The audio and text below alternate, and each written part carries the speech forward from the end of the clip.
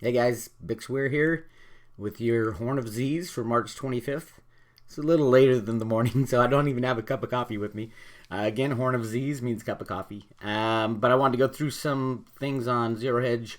And also, a heads up, I posted an interview I did with Will Lair over at perpetualassets.com where we kind of walk through what's going on with Bitcoin. All you Bitcoin people that are interested in how I think the whole thing's going to shake out, it's very positive for Bitcoin. So anything under $1,000 Bitcoin, I would load up if you have any money left. Also on physical silver, I mean, we're getting down. I'm putting out a report on silver tomorrow.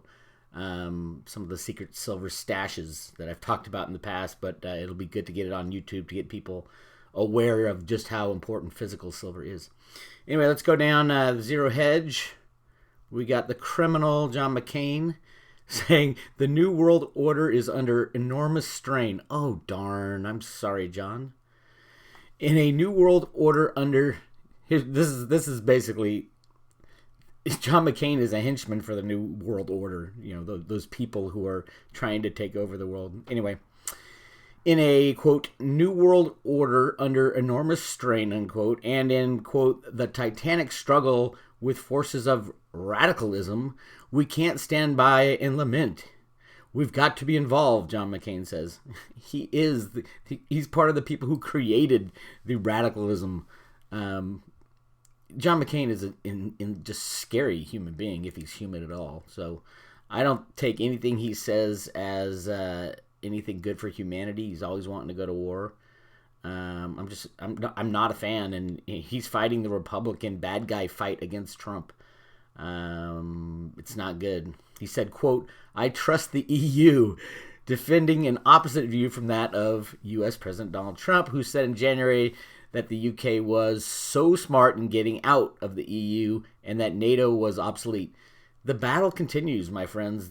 John McCain is the entrenched Republican side of the bad guys, and there's entrenched Democratic side of the bad guys. But yeah, he's got to go. He's got to be strung up, and there's a lot of talk of him being involved with the pedophilia as well, because he has a foundation to fight child trafficking and things like that, which the Clintons do that as well. You know, what's a easier way to get your supply of young children than run a foundation for them?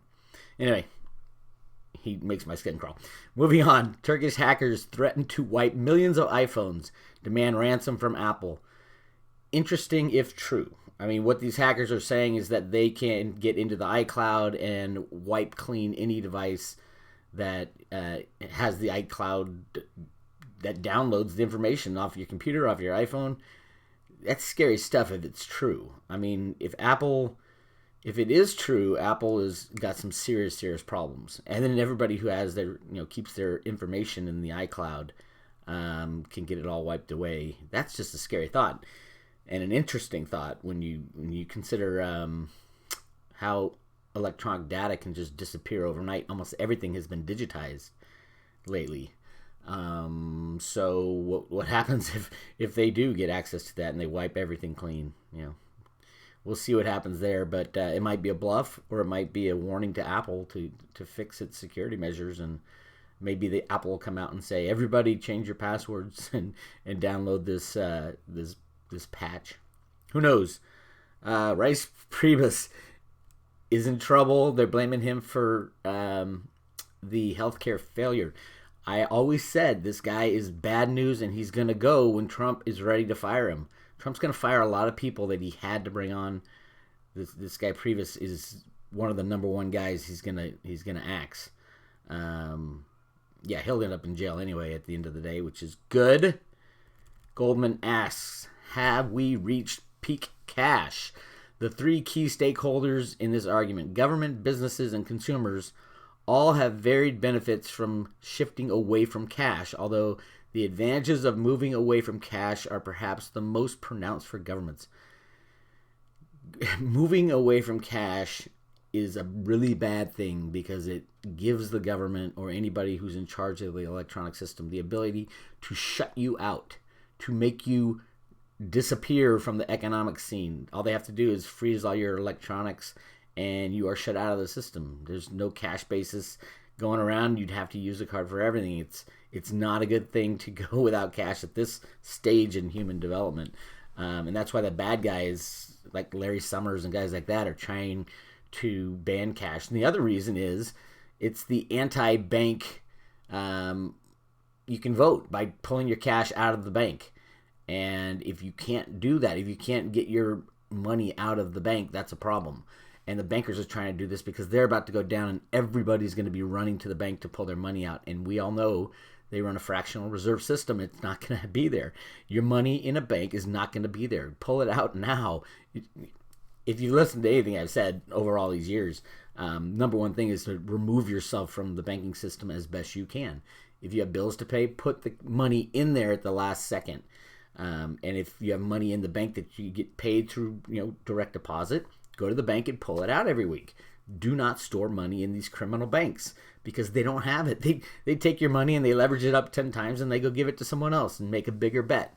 That's why they're trying to get rid of cash, so people can't walk up to their bank and say, "Hey, can you give me my money back because it looks like you're losing a few $1 trillion in derivatives." They're going to say, "No, you can't have your money back." And if it's only cash we use, the banks will be in deep trouble. They make money off stealing our money and lending it and creating more of it and lending it out to people. We've been through these arguments. A war on cash continues. I think the bad guys will be taken out before. I think the bankers will, clearly from the Fed documents, the cash is used as a proxy for gold in the Road to Ruta stuff that shows kids going into the bank and cashing in their bills for physical gold.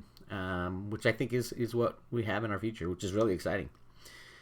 Let's see, what else is exciting? I'm not going to go over everything, just when something jumps out. This picture of the new hedge fund's fee structures reveal traditional model on verge of collapse. That picture is just hysterical. I looked at that and I just, oh my goodness. Really, it's a little racy. Anyway, yeah, hedge funds, they make their money in fees and lying and cheating and stealing, and when the lying, cheating, and stealing is not working, whoever has their money in a hedge fund, you're still going to pay the fees, and it's just horrific. So money's going to be flying out of hedge funds. Hedge funds are highly leveraged. Highly leveraged. They borrow everywhere they can. The banks are knee deep in hedge fund lending. So if the hedge funds, people start pulling their money out of hedge funds, it's like every other asset. When things are going up, it's great to leverage up. Housing prices go up, everything goes up, and you're leveraged to the hilt. It's great when things are going up because you make double, triple the money. When things come down, everything starts getting sold. That's why banks collapse so fast. They all sell the same asset at the same time because the leverage is going from 10 to 1. They have to have that 1. They need their tier 1 capital. So when they lose money, over 10%, their tier 1 capital disappears, and all of a sudden they can't have that much leverage, and they start selling more and more, and it cascades upon itself. Police body cams, it's pros and cons for the cops. The police that are doing great work. It's really tough because everybody has an iPhone, so they're taking videos of everything that happens with the police. But it also helps the police such that no one can lie behind their back and say, "Oh, this cop bullied me," or "he shot him for no reason." They'll have the video footage themselves, so it's not just these bad guys who have the everything on tape. It's going to be the cops too.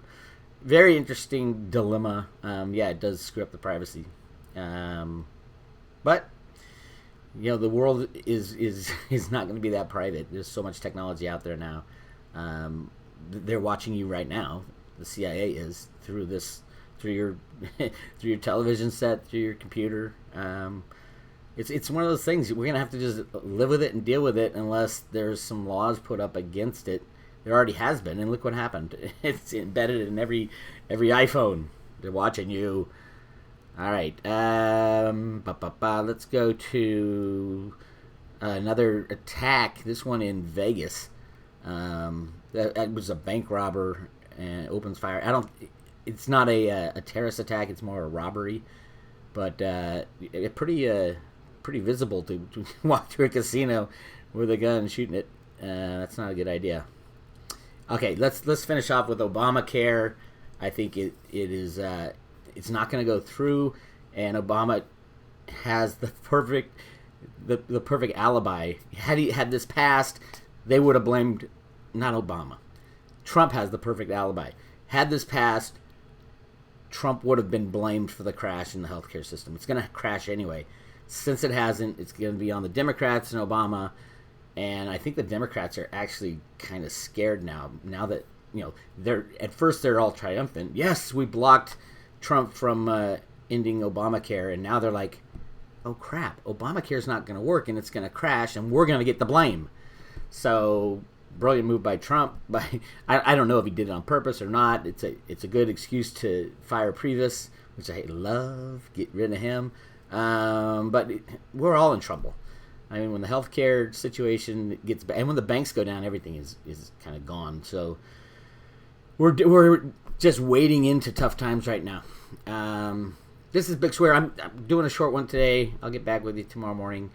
Go to the YouTube site and listen to the interview with Will. It's really important for the future of Bitcoin. And again, tomorrow I'll be posting a really cool behind-the-scenes silver expose on this hidden silver that I've talked about before, but a lot of people don't know about it. I found some really cool documents out of our U.S. Treasury Department, actually ledgers of how much silver was used in this secret silver facility. But I'll be posting that tomorrow, so just look out for it. And that's it for your Horn of Aziz for March 25th. I'll talk to you later.